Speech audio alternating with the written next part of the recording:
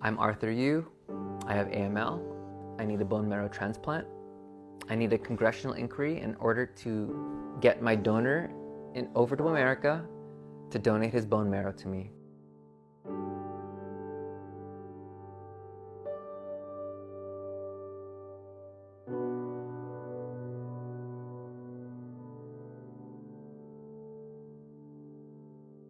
Arthur, so should we say congratulations? Yes. At least we have good news now compared to the first good news perhaps in how many months?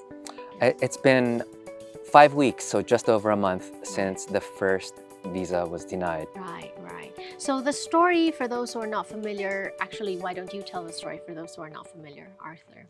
Yeah, so I was diagnosed with acute myeloid leukemia in March of last year, and I've done several rounds of chemotherapy hoping that it would cure it, but unfortunately it did not. So my doctor recommended a bone marrow transplant, and thankfully I was able to find a half match in the Philippines, and it's my cousin, Noel Talania, and he applied for a visa in December of last year, and his visa was denied December 18th.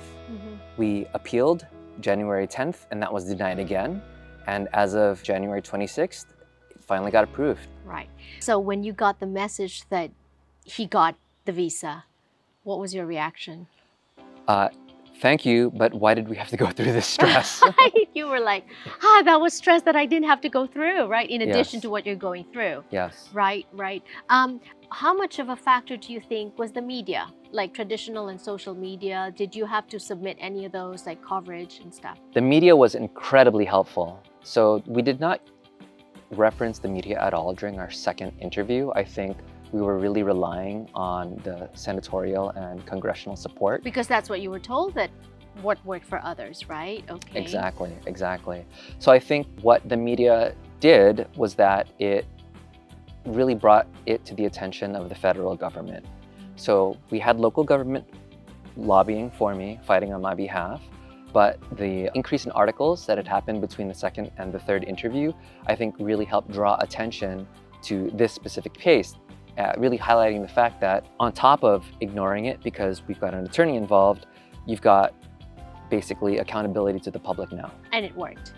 Yes, I can't attribute exactly what it was, but I think it was a main factor. So moving forward, what are the next steps? What's going to happen? Has a set been date for Noel to come? Has he got his ticket? So throughout this whole process, my doctors have suggested it will likely be about 3 weeks after the visa is approved before I go into transplant mode.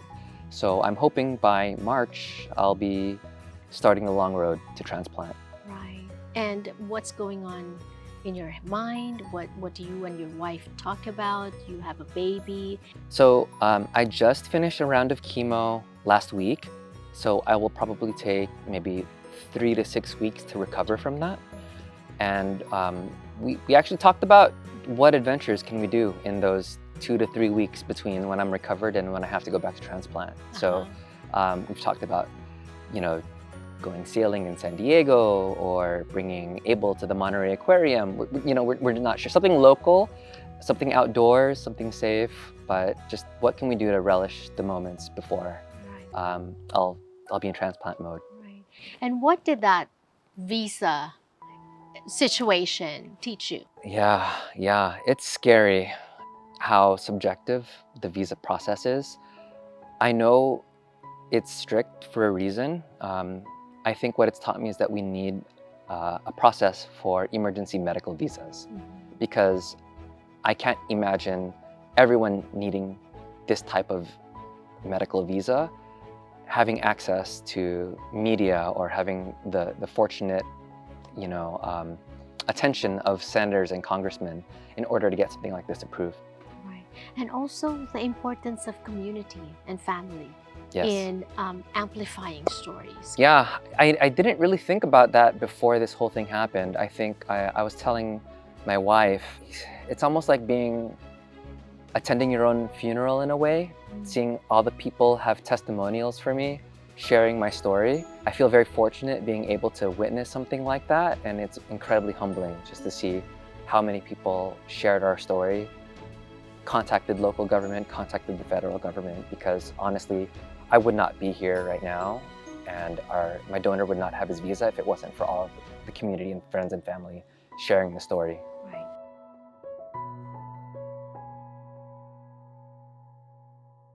Was it difficult selling your story to the media?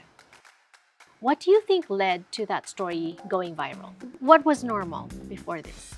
Going to the doctor, getting the diagnosis. Did you explore other options, like a second opinion and all that? Years from now, when you've recovered, what would you tell your son?